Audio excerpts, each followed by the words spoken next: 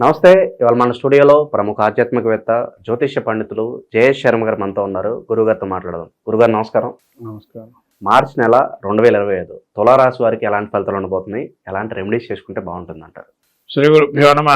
శ్రీ మహాగణాధిపతే నమ. శ్రీ మహాసరస్వతి నమ. హరి ఓం శ్రీమాత్రే నమ. తులారాశి యొక్క స్థితి చూసినట్టయితే పాల్గొన మాసంలో తులారాశికి చిత్తా నక్షత్రం 3-4 పాదాలు, స్వాతి నక్షత్రం 4 పాదాలు, విశాఖ నక్షత్రం 2-3 పాదాలు ఈ యొక్క తులారాశి చెందినవి. ఈ తులారాశి యొక్క పాల్గొన మాసంలో చూసినట్టయితే గ్రహస్థితి చూస్తే 12లో కేతువు, అట్లానే 6లో శుక్రుడు, బుధుడు, రాహువు, మళ్ళీ రవి కూడా 14వ తారీఖు నుంచి మారుతున్నారు 6వ స్థానానికి, పంచమ స్థానం నుంచి. శని పంచమ స్థానంలోనే ఉంటున్నారు. తర్వాత గురువు అష్టమ స్థానము, భాగ్యంలో ఈ యొక్క కుజుడు వక్కరే ఉన్నారు. ఈ యొక్క స్థితి చూసినట్టయితే మనకు గ్రహస్థితిలో ముఖ్యంగా ఈ తులారాశి వారికి నీరసంగా ఉండటం, కొద్దిగా పనిచేయంగానే ఆ శరీరంలో అలసట రావటం అనేది జరిగే అవకాశం ఉంటుంది. అనారోగ్యం కొద్దిగా వచ్చే అవకాశం ఉంటుంది. ఎక్కువగా ఖర్చులు కావటము, మళ్ళీ ఏదైనా పని మొదలు పెడితే అనుకున్న దానికన్నా టార్గెట్ కన్నా ఎక్కువ ఖర్చు అయిపోవటం, కొద్దిగా విచారంగా ఉండటము, ఆర్థిక స్థితిగతులు కూడా అంతంత మాత్రంగా ఉంటాయి. శత్రువులు కూడా కొంతవరకు ఇబ్బందులు వచ్చి కలగజేయటం, ఇవన్నీ కూడా వీళ్ళకి పూర్వార్థం అత్యద్భుతంగా అయితే లేదు, చాలా ప్లస్గా ఉంది.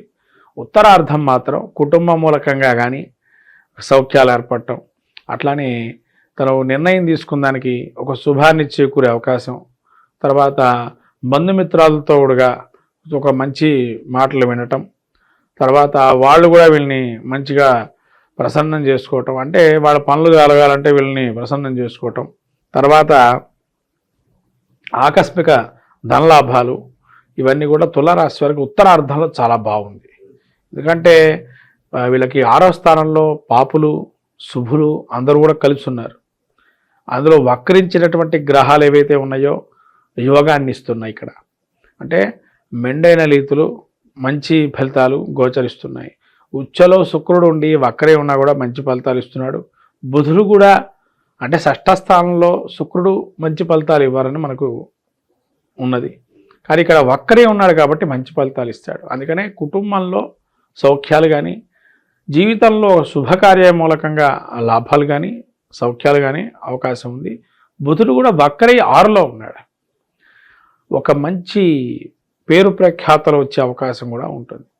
ఇది తులారాశి వారికి అద్భుతమైన కాలంగా ఈ ఉత్తరార్ధ కాలాన్ని గోచరిస్తుంది. అంటే మార్చి 15-14 ముందర అంత బాగాలేకపోయినా 14 తర్వాత నుంచి బాగుంటుంది. కొలిక్కి సమస్యల పరిష్కారం రావటం కానీ, ఒక్కొక్కటిగా విడిపోవడం కానీ, తర్వాత విద్యార్థులకు కూడా అద్భుతమైన కాలంగా గోచరిస్తుంది. రాజకీయంగా వెనుకబడిన వాళ్ళకి యోగదాయకంగా ముందుకెళ్ళే అవకాశం, అంటే ఛాన్స్ కోసం యూజ్ చేస్తుంటారు. కొన్ని సంఘటనలు జరిగితే కొంతమంది, ఇప్పుడు చూడండి కొన్ని సంఘటనలు మనం తీసుకుంటే రాజకీయాల్లో అది ఒక హైప్ చేసుకోవడానికి ఒక అవకాశంగా తీసుకుంటూ ఉంటారు. అలా ఒక సంఘటన వాళ్ళకు అనుకూలంగా మార్చుకోవడము, అలా వీళ్ళు దాన్ని వాడుకొని రాణించే అవకాశం ఉంటుంది రాజకీయంగా కూడా. అట్లా రాజకీయ నాయకులకి, సినీ ప్రముఖులకు కూడా కొన్ని అనుకోకుండా కొందరు నూతన పరిచయాలు ఏర్పడటం, వాళ్ళ వల్ల ఛాన్సులు రావటము, లేదా వీళ్ళు చెప్పిన కథ వాళ్ళకి నచ్చటము, లేదా వీళ్ళ పాత్ర చిన్న పాత్ర ఇచ్చినా వీళ్ళు పోషించేది అక్కడ చాలా బాగా రాణింపు రావటం, అవన్నీ కూడా ఒక వందుకు వీళ్ళకి మంచిదైన సమయంగా గోచరిస్తుంది తులారాశి వారికి. అంటే రాబోయే కాలంలో వడివడి అడుగులు నడుస్తున్న ఒక శుభ సంకేతంగా వెళుతుంది ఈ యొక్క మార్చి నెల అనేది చెప్పవచ్చు. విదేశీ ప్రయత్నాలు చేసుకోవచ్చు అంటారు? శుభ్రంగా చేసుకోవచ్చు.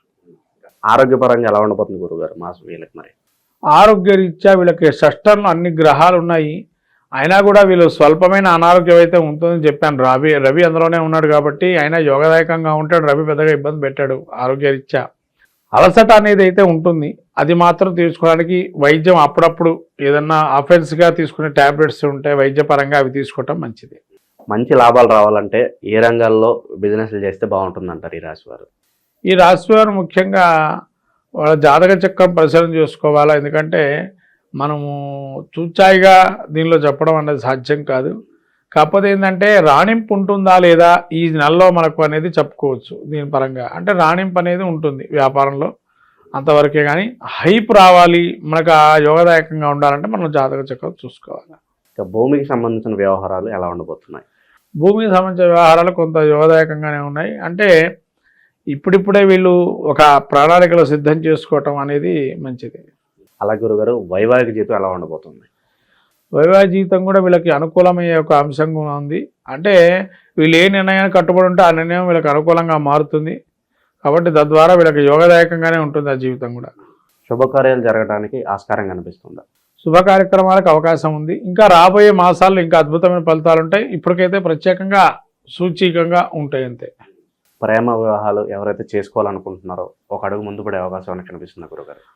ప్రేమ వ్యవహారాలకు వచ్చేటప్పటికి వీళ్ళకి ఏంటంటే రాణింపు ఉండకపోవడం కారణం ఏంటంటే ఒక సమస్యగా మారే అవకాశం ఉంటుంది. ఒక చిన్న సమస్య, దాన్ని పరిష్కారం చేసుకోవాలి. ప్రేమ వ్యవహారాలు చేసేటువంటి వారు ఖచ్చితంగా జరుగుతుంది. ఈ స్టాక్ మార్కెట్లోను రియల్ ఎస్టేట్లోను పెట్టుబడులు పెట్టడానికి ఇది సరైన మాసమే అంటారా? ఈ యొక్క గ్రహ కూటమి ఏదైతే నడుస్తుందో, షష్టగ్రహ కూటమి అనేది రాబోయేటువంటి మాసంలో ఏదైతే ఉందో, ఈ గ్రహ కూటమి కొన్ని అనుకూల అంశాలే గోచరిస్తున్నాయి. కాబట్టి పెట్టుబడులు పెట్టడానికి అవకాశంగా మారచ్చు ఖచ్చితంగా. గురుగారు ఇంకా మెరుగైన ఫలితాలు పొందడానికి ఈ రాశి వారు ఎలాంటి రెమెడీస్ చేసుకుంటే బాగుంటుందంటారు? అయినా ఇక్కడ వీళ్ళకి షష్టగ్రహ కూటమి అనేది మనం చెప్పబడుతుంది కాబట్టి నవగ్రహ దేవాలయాలు సంచారం చేయటం చూసుకోవటం, ప్లస్ ఇష్టదేవుడు కులదేవుడు అని వాళ్ళు ఉంటాయి ఇంటికి. ఇష్టదేవుడు కులదేవుడు సంచారం అంటే అక్కడికి వెళ్ళి దర్శనం చేసుకొని రావటం, అట్లనే క్షేత్ర దర్శనాలు చేయటం వల్ల వీళ్ళు కొన్ని మంచి ఫలితాలు వస్తాయి. తర్వాత వీళ్ళు ఎప్పుడైనా ఏదైనా మొక్కులు ఉన్నా ఆ మొక్కులను తీర్చుకోవడం కూడా సమస్యగా పరిష్కారం అయ్యే అవకాశాలు ఉంటాయి. ఆ మొక్కులు తీర్చుకోవచ్చు. ఇవన్నీ కూడా చేసుకోవాలి. ఇంకా వీళ్ళకి మెరుగైన ఫలితాలు పొందాలి అని అంటే నవగ్రహ ధాన్యదానాలు ఇవ్వటం మంచిది. తర్వాత నిత్యము కూడా వీళ్ళు విష్ణుమూర్తి గుడికి వెళ్ళడం అనేది మంచిది. తులసి మాల సమర్పించడం, విష్ణు సహస్రనామం పారాయణం చేసుకోవటం, కనకధార స్తోత్రం చేయటం, అట్లాగే ఇవన్నీ కూడా గణపతి ఆరాధన చేయటం, ఇవన్నీ కూడా వీళ్ళు చేసుకుంటూ ఉండాలి. ఎందుకంటే షష్టగ్రహ కూటమి ప్లస్ కుజుడు కూడా వీళ్ళకి వక్రై ఉన్నాడు భాగ్యంలో. తర్వాత కేతువు కూడా వీరికి ద్వాదశ స్థానంలో ఉన్నారు.